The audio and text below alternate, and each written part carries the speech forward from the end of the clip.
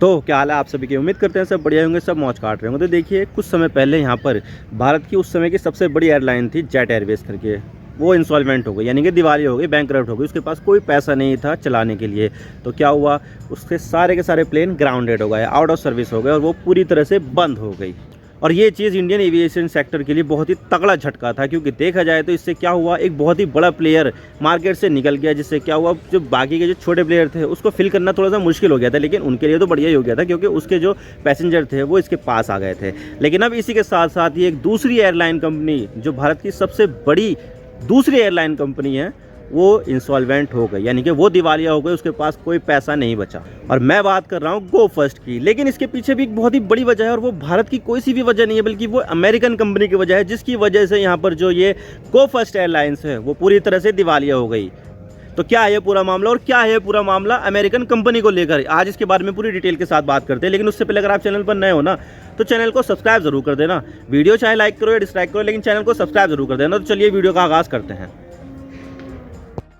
तो बात करते हैं मामला क्या और हम इसके बारे में क्यों बात करें। तो देखिए आजकल एयरलाइंस का कारोबार अच्छा चल नहीं रहा है और कई सारी एयरलाइंस यहाँ पर घाटे में जा रही है, जिसकी वजह से एयरलाइंस या तो लिमिटेड फ्लाइट चला रही है या फिर लिमिटेड रूट पर ही चल रही है या फिर वो उधारी में चल रही है। और हमने पास्ट में देखा है कि किस तरह से जेट एयरवेज को भारत की उस समय सबसे बड़ी एयरलाइन मानी जाती थी, लेकिन वो बाद में दिवालिया हो गई और फिर वो बंद हो गई। और आपको तो पता ही है होगा कि एयर इंडिया भी कुछ ज़्यादा कुछ अच्छा नहीं कर रही थी और उस पर लगातार कर्जा चढ़ा हुआ था, जिसकी वजह से सरकार उसको बेचना चाहती थी। लेकिन कई कोशिश करने के बाद भी एयर इंडिया को कोई खरीदने आया ही नहीं, क्योंकि एयर इंडिया के ऊपर इतना ज़्यादा कर्जा हो गया था और इतनी ज़्यादा उधारी हो गई थी कि कोई उस उधारी को अपने ऊपर नहीं लेना चाहता था। तो सरकार ने यहाँ पर लोन को रीस्ट्रक्चर किया और तब जाकर यहाँ पर एयर इंडिया को सरकार टाटा ग्रुप को बेच पाई। तो एविएशन सेक्टर का फ्यूचर काफ़ी ज़्यादा अनसर्टेन होता जा रहा है। और अब जेट एयरवेज के बाद गो फर्स्ट एयरलाइन ने भी अपने आप को दिवालिया यानी कि इंसॉल्वेंट घोषित कर दिया और बोला है कि हमारे पास पैसा नहीं है, हमारे पास कर्जदारों को चुकाने का पैसा नहीं है और हम अपना ऑपरेशन बंद कर रहे हैं, यानी कि कोई सारा का सारा पैसा खत्म हो गया है हमारे पास। अब देख सकते हैं मनी कंट्रोल का आर्टिकल है, severe fund crunch, go first file for voluntary insolvency resolution before NCLT, यानी कि यहाँ पर एनसीएलटी के सामने बोल दिया कि भाई हम अपना आपको दिवालिया घोषित कर रहे हैं। एनसीएलटी यानी कि नेशनल कंपनी लॉ ट्रिब्यूनल, यहीं पर ये सारी की सारी जो इंसॉल्वेंसी है उसको यहाँ पर फाइल किया जाता है।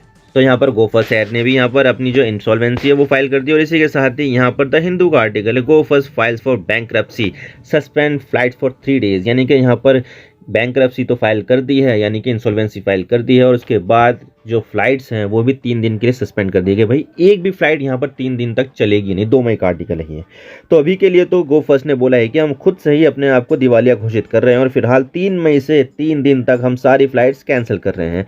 अब ये 3 दिन तक ही बंद रहेगी या फिर उससे ज़्यादा बंद रहेगी ये तो वक्त ही बताएगा। लेकिन इस चीज़ को देखते हुए डीजीसीए यानी कि Directorate General of Civil Aviation ने यहाँ पर गो फर्स्ट एयरलाइन को शो कॉज नोटिस यानी कि कारण बताओ नोटिस इशू कर दिया है कि तुम अचानक से अपना ऑपरेशन ऐसे बंद कैसे कर सकते हो, इसके पीछे का कारण बताओ कि भाई क्यों बंद किया है तुमने।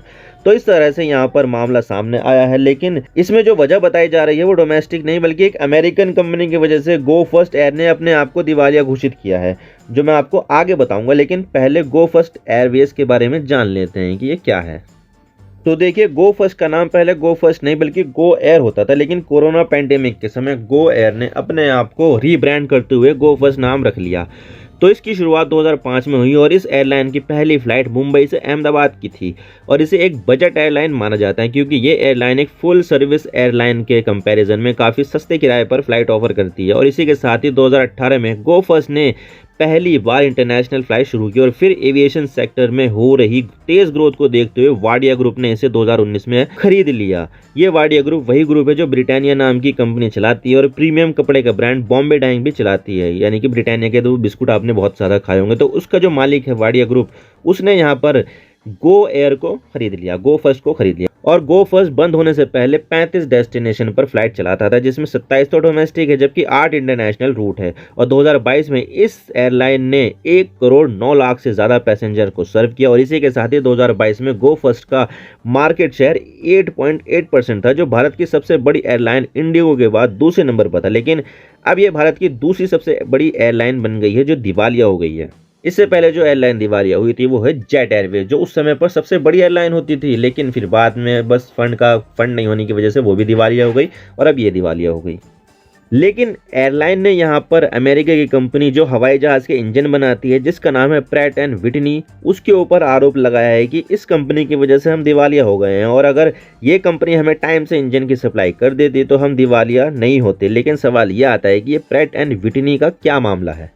तो देखिए, आपको तो पता ही होगा कि भारत न्यूक्लियर वेपन तो बना लेता है और लंबी लंबी दूरी की मिसाइलें भी बना लेता है, लेकिन जेट इंजन नहीं बना पाता है। बहुत ज़्यादा कॉम्प्लेक्स होता है इसे बनाना। तो गो फर्स्ट के प्लेन को जेट इंजन ये प्रैट एंड विटनी कंपनी जो अमेरिका की है वो सप्लाई करती थी। लेकिन क्या हुआ कि प्रैट एंड विटनी ने यहाँ पर बहुत सारे फॉल्टी इंजन गो फर्स्ट को दे दिए, जिससे हवाई जहाज कुछ भी नहीं कर पा रहे थे, उड़ ही नहीं पा रहे थे, खराब इंजन भेज दिए।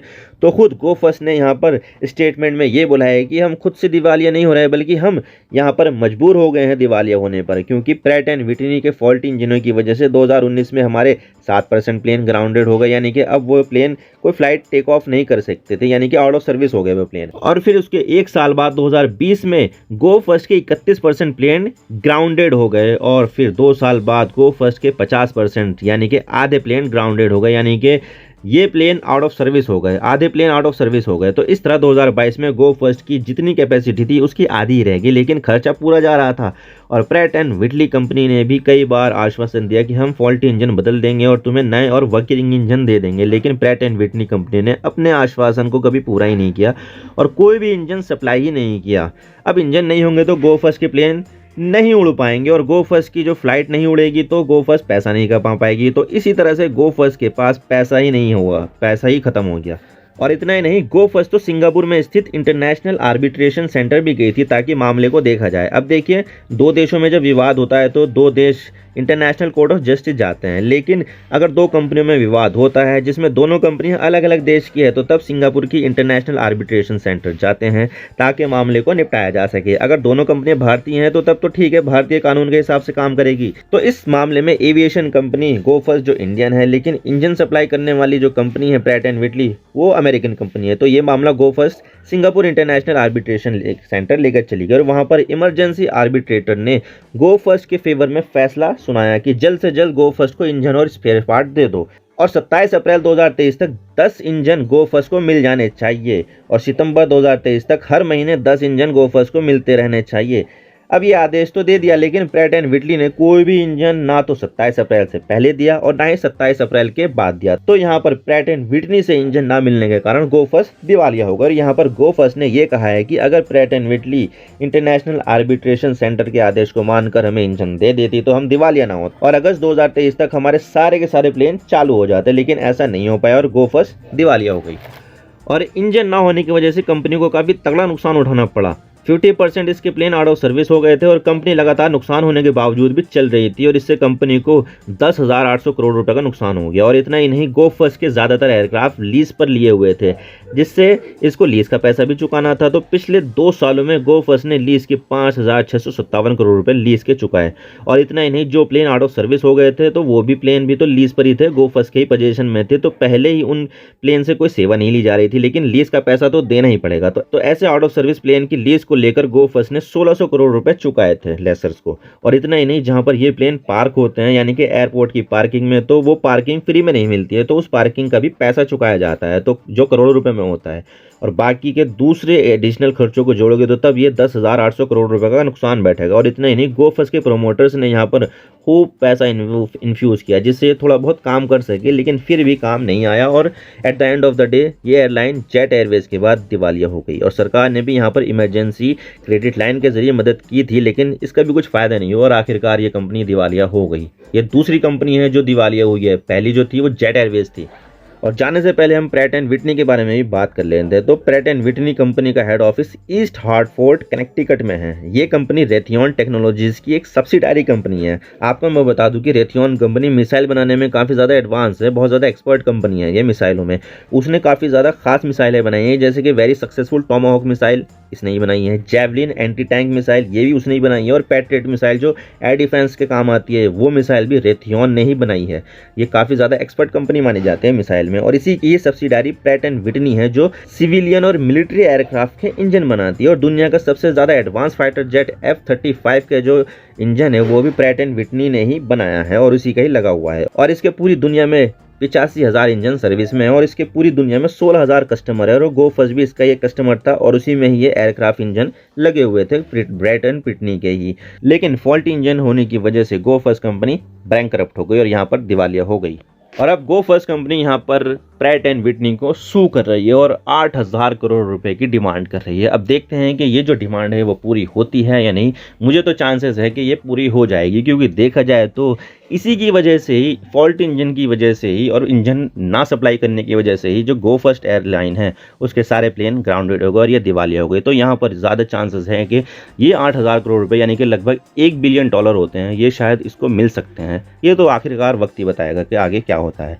आई होप आपको सारी बातें समझ में आ गई होगी। अगर वीडियो थोड़ी सी भी पसंद आए तो वीडियो को लाइक कर देना, वरना डिसलाइक कर देना, लेकिन चैनल को सब्सक्राइब जरूर कर देना। आपके एक सब्सक्रिप्शन से हमें आगे कंटेंट बनाने की हिम्मत मिलती है, मोटिवेशन मिलती है। Thank you for watching. I really appreciate your precious time. God bless you all. Now signing off.